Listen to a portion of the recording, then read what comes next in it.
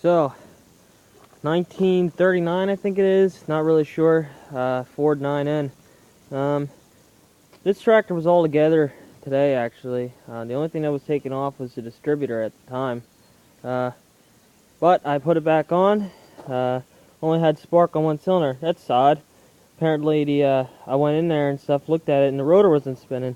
So, my fault.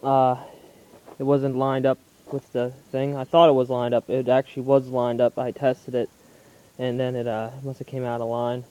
But I charged the battery on it, and I wasn't getting any spark from there, so I just ran a wire right from here to the negative. Now this is actually something that your guys are going to think that's kind of funny. This battery is actually a positive ground, so you see where the positive is? It goes right up back behind here. So this battery is actually a positive ground, and then the negative is what turns it over. So I tried to crank it over. Battery was really weak and stuff like that. It's been sitting for how many years? I'm surprised this battery had even somewhat of a charge in it. But so I just hooked up a 12-volt booster pack up to it, just right up to the starter. You can hook up 12 volts to the starter. It won't hurt the starter. In fact,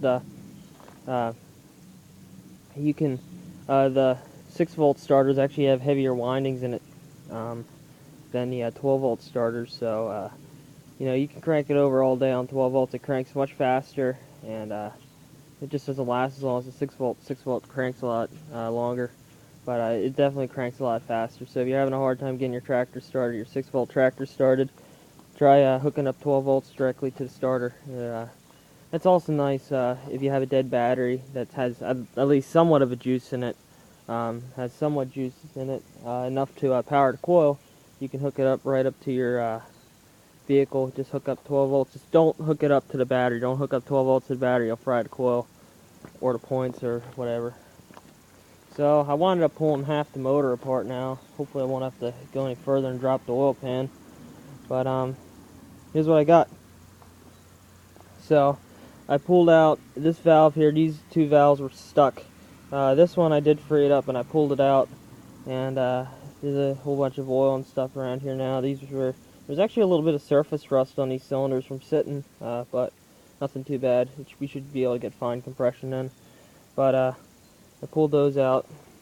When I first pulled this off here, I was actually just going to see if I could free up the valves from this side here without having to pull the head, because no, I didn't want to have to go through all that. The head gasket's still on here. I'm going to put just a whole bunch of silicone around here and just silicone that up and put that back on there. I should really just get another head gasket, but you know, I really can't really keep this down here too long, so I just want to get it all back together. And it'll be fine. I've done that plenty of times. This is actually a metal head gasket. See?